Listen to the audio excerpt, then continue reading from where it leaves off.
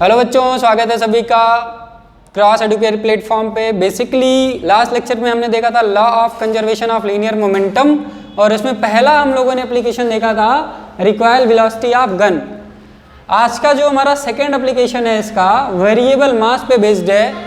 ये वेरिएबल मास कहाँ पे कॉन्सेप्ट यूज होता है? रॉकेट प्रोपल्शन में यूज होता है। रॉकेट लॉन्च जब होता है, रॉकेट ऊपर कैसे जाता है, वहाँ पे वेरिएबल मास का कॉन्सेप्ट यूज होता है। समझ में आया? रॉकेट में क्या होता है, शुरू में फ्यूल भरा होता है, फ्यूल बर्न होता है इजेक्टर्स के थ्रू। फ्यूल्स क्या होता है, डाउनवर्ड डायरेक्शन में पुश किया जाता है, और वो जो पुश होता है वो एक्शन होता है, और बदले में फ्यूल जो गैस के फॉर्म में इजेक्ट हो रहा है बर्न होके, वो क्या करता है, रॉकेट को अपवर्ड डायरेक्शन में एक थ्रस्ट प्रोवाइड करता है, जिसकी वजह से रॉकेट हमारा मूव करता है। ठीक है, तो ये हमारा एप्लीकेशन है, इसको हम लोग समझते हैं फटाफट क्या होता है इसके अंदर। सपोज आपके पास एक रॉकेट था, एलन मस्क के पास आप गए और बोले भैया एक तो हमको रॉकेट दे दो। अच्छा भैया हमको एक्सपेरिमेंट करना है ना? ठीक है, एलन मस्क थोड़े समझदार टाइप के इंसान थे, ले जा बेटा एक तो रख लोगे, कहाँ हो जाएगा। फुस्सू दे दिया, फुस्सू वाला, है ना, ताकि बच्चा थोड़ा खुश रहे, है ना। ठीक, चलो ठीक है भैया, हमने दे दिया। एक दूसरा हमने फिर ये उन्होंने कहा कि बेटा देखो, एलन मस्क के पास गए, उन्होंने कहा देखो भैया हमने क्या करा है, ये जो रॉकेट है इसमें हमने फ्यूल भर दिया है। इधर क्या भर दिया है? फ्यूल भर दिया है। क्या है? फ्यूल भर दिया है। और ये हमारे इजेक्टर्स हैं। क्या है ये? इजेक्टर्स हैं। ओहो सर, समझ में आया। एलन मस्क ने बोला बेटा देखो हमने क्या किया है, इस पूरे रॉकेट का ना मास कैपिटल एम नॉट मान लिया है। क्या मान लिया है? कैपिटल एम नॉट मान लिया है। अच्छा भैया कैपिटल एम नॉट हो गया। कैपिटल एम नॉट क्या है? तो एलन मस्क ने बच्चे को बताया कि देखो जब रॉकेट हमारा रेस्ट पे था, उसमें हमने फ्यूल भर के ऐसे इसको खड़ा कर दिया था लॉन्चिंग पैड पे, तो उस समय जो मास है टोटल सिस्टम का वो हमारा एम नॉट है। इसे हम लोग रेस्ट मास के भी नाम से जानते हैं। किस नाम से? रेस्ट मास के भी नाम से जानते हैं। अच्छा भैया रेस्ट मास है, ठीक, बहुत बढ़िया गुरुजी। एलन मस्क ने कहा चलो इसको उड़ाते हैं, चलो इसको उड़ाते हैं। उड़ाने के बाद उन्होंने कहा कि ठीक है भैया, ये हमारे इजेक्टर्स थे, ये हमारे इजेक्टर्स थे, है ना। और यहाँ से ये क्या हुआ, फ्यूल बर्न हो रहा है और गैस फटाफट रिलीज होने लगा। अरे भाई साहब, और ये किस वेलोसिटी से रिलीज हो रहा है? We are. वी आर क्या है? Relative velocity of gas with respect to relative velocity of gas with respect to the rocket है भैया, respect to the rocket है। relative velocity of gas with respect to the rocket है। और जिस rate of change of mass जो यहाँ पे देखने के लिए मिला, उसको इन्होंने बोला कि अगर हम इसको मान लें कि जो मास खत्म हो रहा है हमारे रॉकेट से, उसको हम अगर आर से लिखें तो मास क्योंकि खत्म हो रहा है, तो कहेंगे भैया पहले माइनस लगा दो। एलन मस्क बाबा बोले पहले माइनस लगाओ। उसके बाद बोले अच्छा ये मास हमारा ऐसे चेंज हो रहा है। अच्छा भाई साहब, रॉकेट का मास इस तरह से डिक्रीज हो रहा है। हा। कितने वेलोसिटी से भाग रहा है? वी आर से भाग रहा है। और जैसे ही वी आर से भागना शुरू किया, रॉकेट के ऊपर फुस्सू सा क्या लगा, अपवर्ड डायरेक्शन में फोर्स देखने के लिए मिला, जिसे थ्रस्ट फोर्स के नाम से एलन मस्क ने बताया। आहा, मज़ा आ गया। अब किसी ने कहा अच्छा इसको कैलकुलेट करो। फिर एलन मस्क ने बोला अच्छा बेटा रुक जाओ, पहले किसी टाइम टी पे ये जो मास ऑफ द गैस है, मास ऑफ द गैस नहीं, मास ऑफ द रॉकेट है, किसी टाइम टी पे मास ऑफ द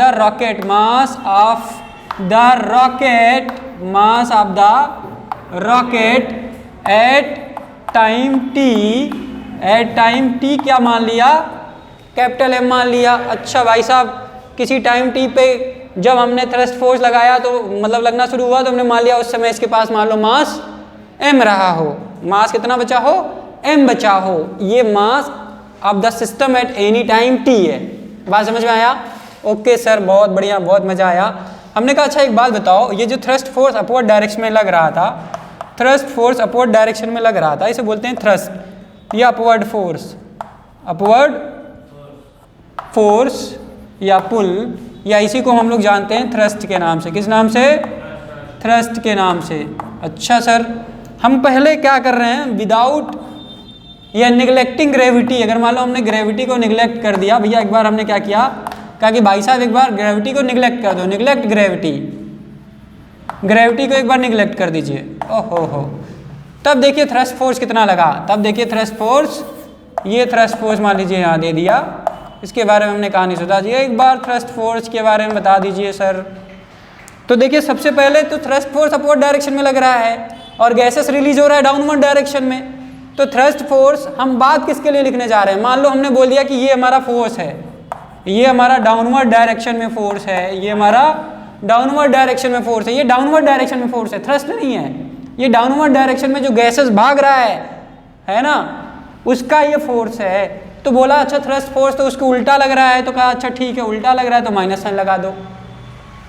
अगर लग रहा है थ्रस्ट फोर्स, रॉकेट भाई फ्यूल निकल रहा है नीचे की ओर और रॉकेट को पुश करेगा ऊपर की ओर, तो ये टोटल ये वाला जो वैल्यू है ये फोर्सेस बेसिकली किसका है, फोर्स ऑन द गैस है। तो गैस जो है रॉकेट पे कितना फोर्स लगाएगा, माइनस, उल्टा लगाएगा, ये आपका एक्शन है, माइनस लगाओगे तो आप रिएक्शन हो जाएगा, तो इसी को हम लोग बोल देते हैं थ्रस्ट। क्या बोल देते हैं, थ्रस्ट, जो कि रॉकेट पे लगेगा, जो कि रॉकेट पे लगेगा। बात समझ में आया, अच्छा सर समझ में आया।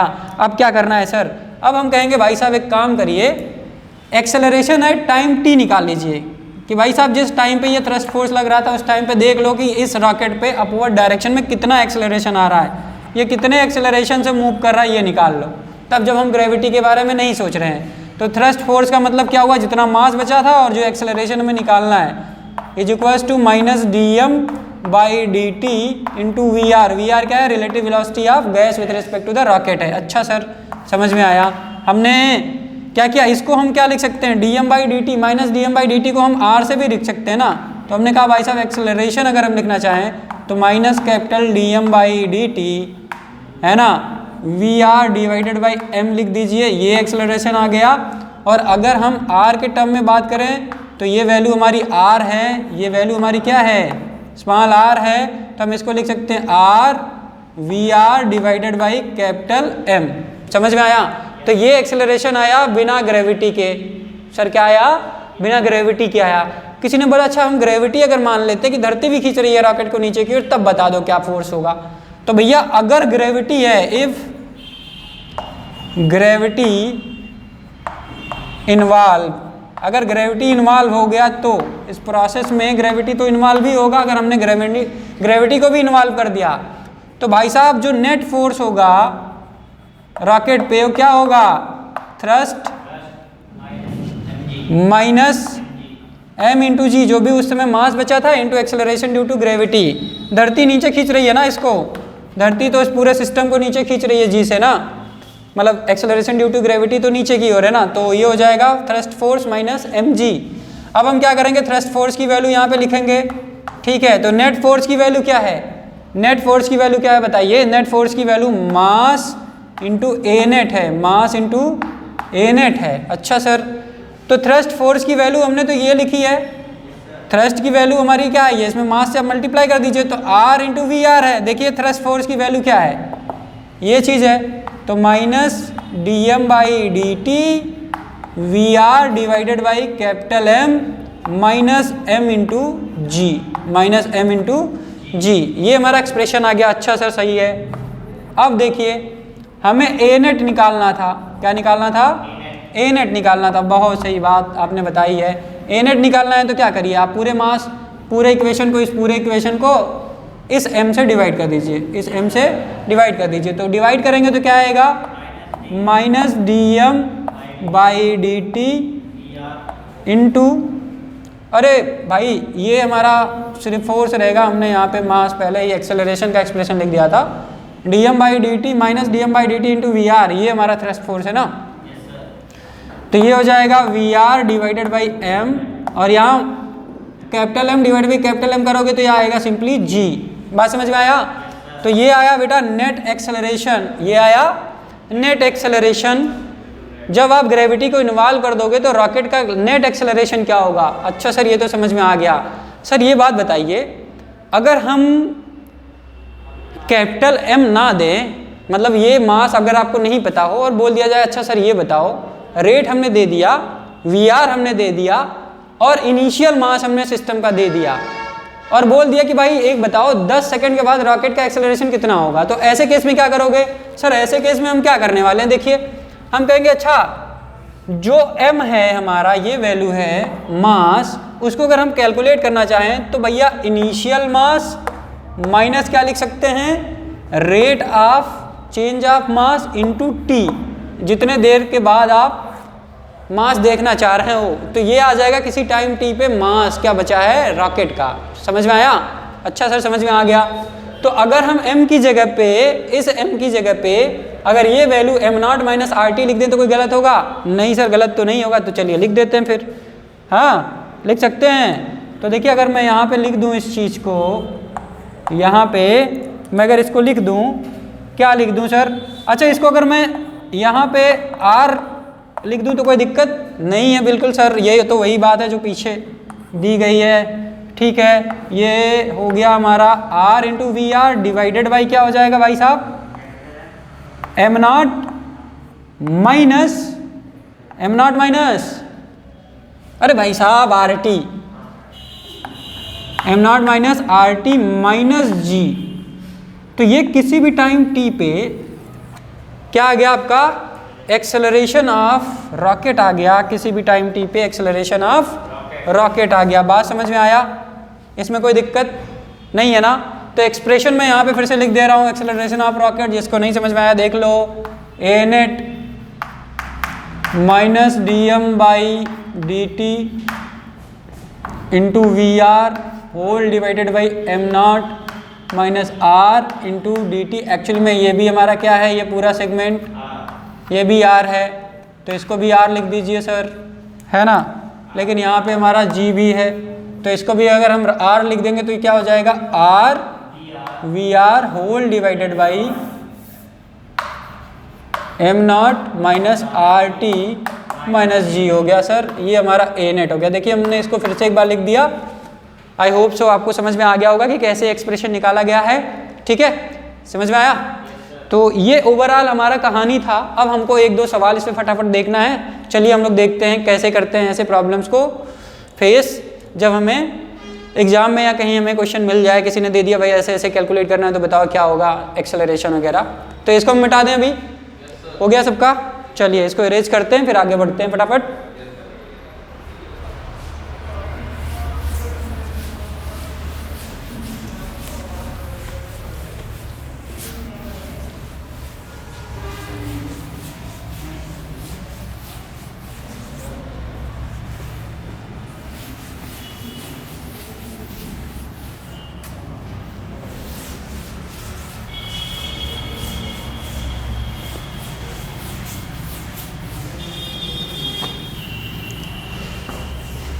चलिए एक बार कहा किसी ने, अच्छा बताइए हमारे पास एग्जाम्पल 1 के बारे में बात कर लें।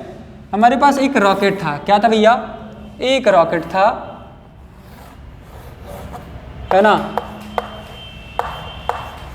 छोटा सा रॉकेट है हमारे पास, बहुत बड़ा रॉकेट नहीं है। ये मान लो ऐसे मास रिलीज कर रहा है, ये रिलीज कर रहा है ऐसे मास, है ना? इसका जो रेट यहाँ पे दिया गया है, ये मान लो किसी ने बोल दिया 20 kg पर सेकेंड। क्या है बेटा, 20 kg पर सेकेंड। और किसी टाइम टी पे इसका मास दे दिया गया भैया 2400 kg, 2400 kg। बात समझ में आया? ये दे दिया गया। जी की वैल्यू किसी ने बोला, अच्छा जी की वैल्यू दे देते हैं। जी की वैल्यू नहीं, हम बिना जी के कैलकुलेट करना चाह रहे हैं, विदाउट ग्रेविटी हम सिर्फ थ्रस्ट निकालना चाह रहे हैं। अभी किस चीज़ की ज़रूरत है यहाँ पे, रिलेटिव वेलोसिटी ऑफ गैस। ये गैस जो निकल रहा है, रिलीज हो रहा है, ये कितने वेलोसिटी से निकल रहा है सर? हमने बताया इसकी वेलोसिटी जो है भैया, ये आपका 15 किलोमीटर पर सेकेंड है। क्या है, 15 किलोमीटर पर सेकेंड है। ध्यान दीजिएगा 15 किलोमीटर पर सेकेंड है। तो थ्रस्ट फोर्स, इस पे थ्रस्ट फोर्स कितना लग रहा होगा ये बता दो। इस पे थ्रस्ट फोर्स कितना लग रहा होगा रॉकेट पे? ठीक है सर, हम थ्रस्ट फोर्स लिख देते हैं। तो थ्रस्ट फोर्स बराबर हमें पता है minus dm by dt V R divided by किसी भी टाइम t पे जो मास होगा, यही होता है फार्मूला। ठीक है सर, इसको क्या कहते हैं? इसको r बोलते हैं सर। तो यहाँ लिखेंगे R V R by M. ठीक, हमने सॉल्व किया, हमने कहा चलो सॉल्व करते हैं। तो थ्रस्ट फोर्स की वैल्यू हमने लिख दिया भैया 20 इंटू वी आर दिया गया है। क्या है? वी आर दिया गया। देखिए ये किलोमीटर पर सेकेंड में दिया गया, तो इसको क्या करोगे? मीटर में कन्वर्ट करोगे, तो इसकी जगह 1000 मीटर कर दीजिएगा आप, है ना। तो ये 1000 गुणे 15 करेंगे तो 15000 आ जाएगा। तो ये 15000 आ गया आपका। होल डिवाइड किससे करेंगे? एम से करेंगे। किससे डिवाइड करेंगे बेटा? एम से। एम कितना है भैया? तो ये 2400 है, 2400 है। समझ में आया? हमने इसको काट दिया, 2 जीरो कट गया। अब अगर मैं इसको काटना चाहूँ तो इसको भी काट सकते हैं क्या? ये मान लो 10 हमने 2 से काट दिया, बहुत सही, 2 से काट दिया। और ये हो जाएगा भाई साहब 150, ये हो जाएगा 1500, 1500 बटे 12। अगर मैं इसको काटा क्या तो सही है ना? अरे 1500 होगा भाई, देखो, है ना, सही है।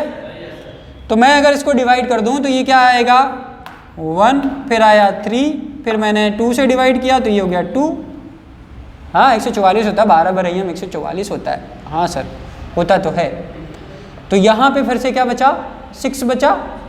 तो 12 पंजे 60, है ना। इतना आएगा क्या?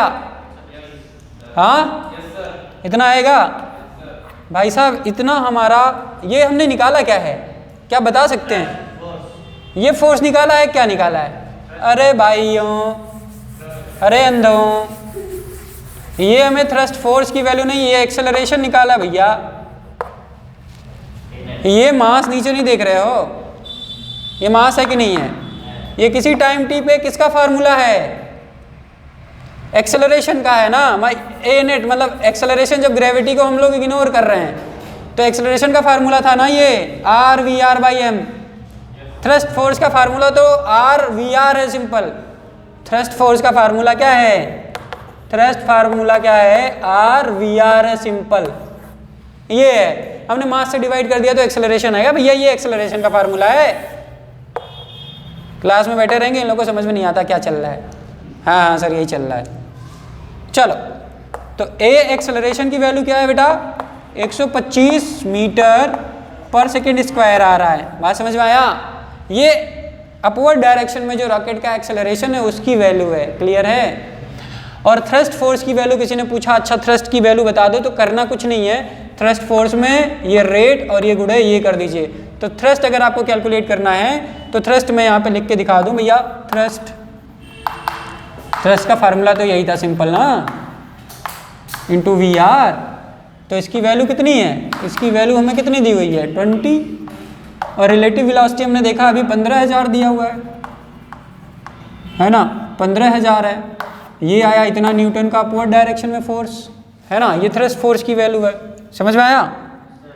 तो थ्रस्ट की वैल्यू आपने कैलकुलेट कर लिया, कर लो। अरे तो ये हो गया आपका 30, उसके बाद में 4 जीरो लगा दो, है ना। ये आ गया आपका क्या? इतना न्यूटन का थ्रस्ट फोर्स। ये किधर होगा? रॉकेट पे अपवर्ड डायरेक्शन में लगेगा। देख लो, अगर 15 किलोमीटर पर सेकेंड से 15 किलोमीटर पर सेकेंड से फ्यूल अगर डाउनवर्ड डायरेक्शन में मूव कर रहा है और rate of decrease of mass अगर 20 kg पर सेकेंड है, तो कितना भयानक न्यूटन लगेगा, कितना भयानक फोर्स लगेगा, है ना। ठीक है, next example, example number 2। Suppose आपके पास क्या था? एक रॉकेट था और इस बार रॉकेट का रेस्ट मास दिया हुआ है। इस बार रॉकेट का रेस्ट मास, ये इजेक्टर्स है। किसी ने कहा अच्छा इजेक्टर्स के थ्रू जो हमारे गैसेस बाहर आ रहे हैं, इजेक्टर्स के थ्रू जो गैसेस बाहर आ रहे हैं, पहले तो इसका रेस्ट मास हमने बोला भाई साहब इस सिस्टम का रेस्ट मास क्या है? ये दिया हमारा 57 kg दिया हुआ है। क्या दिया हुआ है? 57 kg दिया हुआ है। और ये बाहर जो आ रहे हैं रिलेटिव वेलोसिटी जो दिया गया है ये 12 किलोमीटर पर सेकेंड दिया गया है। कितने kilometre per second? 12 kilometre per second का रिलेटिव वेलोसिटी ऑफ गैसेस है with respect to the rocket. अच्छा सर, जी की वैल्यू आपको रखनी है यहाँ पे 10 मीटर पर सेकेंड स्क्वायर। क्या रखनी है? क्योंकि यहाँ हम ग्रेविटी को भी इन्वॉल्व कर रहे हैं। ठीक, किसी ने बोला अच्छा ये बता दीजिए रेट हमने बोला भैया ये 15 kg पर सेकेंड के हिसाब से मास हमारा बर्न हो रहा है, मास हमारा डिक्रीज हो रहा है सिस्टम का। ठीक है, किसी ने बोला अच्छा ये बता दीजिए कि acceleration t is equals to 1 minute, यानी कि एक्सेलरेशन आफ्टर 1 मिनट क्या होगा, या जब 60 सेकेंड बीत चुका होगा तो उस समय रॉकेट का एक्सेलरेशन इस पर्टिकुलर केस में क्या होगा। तो हमने कहा अच्छा चलो ठीक है ये भी कर लेते हैं। हमने पीछे देखा था R V R divided by M naught minus R T minus G, ये तो देखा था। अब सबकी वैल्यू फटाफट रख दीजिए, है ना। तो हम क्या करेंगे भाई साहब, 15 kg पर मीटर सेकेंड, मतलब kg पर सेकेंड है, 15 रख दिया। और VR की वैल्यू क्या है, 12 किलोमीटर पर सेकेंड दिया है। देखो किलोमीटर दिया है, फिर से यहाँ पे 1000 मीटर वाला काम करना है, मीटर पर सेकेंड होता है भाई SI यूनिट वेलोसिटी का। ठीक है सर, तो हमने किया भैया ये 12000 होल डिवाइड किया किससे, 5700 माइनस R की वैल्यू कितनी हुई है, 15 है, R की वैल्यू 15 है, 60 सेकेंड करेंगे। और G की वैल्यू क्या है, G की वैल्यू 10 दिया गया है सवाल में, तो ये 10 है ना। इसको सॉल्व करिए, इसको मल्टीप्लाई करेंगे तो ये देखिए 900 आएगा। क्या आएगा, 900। 5700 में से 900 घटाएंगे तो आएगा 4800। क्या आएगा, 4800 आएगा। तो ये 15 इंटू 1200 या 12000, 15 इंटू 12000 डिवाइडेड बाई 4800 माइनस 10 है बेटा। तो 2 जीरो यहाँ से काट दीजिए, ये करेंगे तो ये आएगा आपका क्या, 5 आएगा, नहीं कितना आएगा, 120 है, 5 तो नहीं आएगा सर। हाँ ये 5 नहीं आएगा, 5 नहीं आएगा भाई, ये 12। ऐसे कर सकते हो, अगर मैं इसको डिवाइड करूँ तो 12 चौक 48 हो जाएगा। तो ये होगा 10 यहाँ पे आएगा और यहाँ पे 4 आएगा, है ना। तो इसको अगर हम सॉल्व करेंगे बेटा तो ये 150 डिवाइडेड बाई 4 माइनस 10 आएगा। इसको अगर काटोगे तो ये 37.5 आएगा, है ना। तो दैट मीन्स कि एक्सेलरेशन की वैल्यू यहाँ पे क्या आ रही है बेटा, एक्सेलरेशन की वैल्यू आपकी आ रही है 37.5 minus 10 and that will be equal to, acceleration की वैल्यू क्या है यहाँ पे 27.5 मीटर पर सेकेंड स्क्वायर। इस पर्टिकुलर केस में रॉकेट ऊपर जाएगा 27.5 मीटर पर सेकेंड स्क्वायर से। बात समझ में आ गया। आई होप सो ये पूरा कॉन्सेप्ट आपका क्लियर हो गया होगा। ये एग्जाम्पल विदाउट ग्रेविटी है और ये एग्जाम्पल विथ ग्रेविटी है। यहाँ पे ग्रेविटेशनल फोर्स इन्वॉल्व हो रहा है और यहाँ पे ग्रेविटेशनल फोर्स नहीं इन्वॉल्व हो रहा है। सिर्फ थ्रस्ट और एक्सेलरेशन निकालना है जब सिंपल फ्यूल क्या हो, डाउनवर्ड डायरेक्शन में बर्न होके मूव करे, यानी कि गैसेस उसके बाहर निकल रहे हैं इजेक्टर के थ्रू, तब उस पर कितना फोर्स लग रहा है अपवर्ड डायरेक्शन में, ये तब के लिए है ना। और ये उस पर्टिकुलर जो ये रियल लाइफ बेस्ड प्रॉब्लम है कि कहीं भी अगर रॉकेट ऊपर जाएगा तो सिंपल सी बात है क्या है, ग्रेविटेशनल फोर्स तो रहेगा ही रहेगा, चाहे रॉकेट ऊपर जाए या ना जाए, gravitational force to downward direction में रहेगा ही रहेगा। ठीक है, तो आई होप सो ये कॉन्सेप्ट क्लियर हो गया होगा। ठीक है, चलो बच्चों मिलते हैं नेक्स्ट लेक्चर में अपने। Okay, bye bye, take care.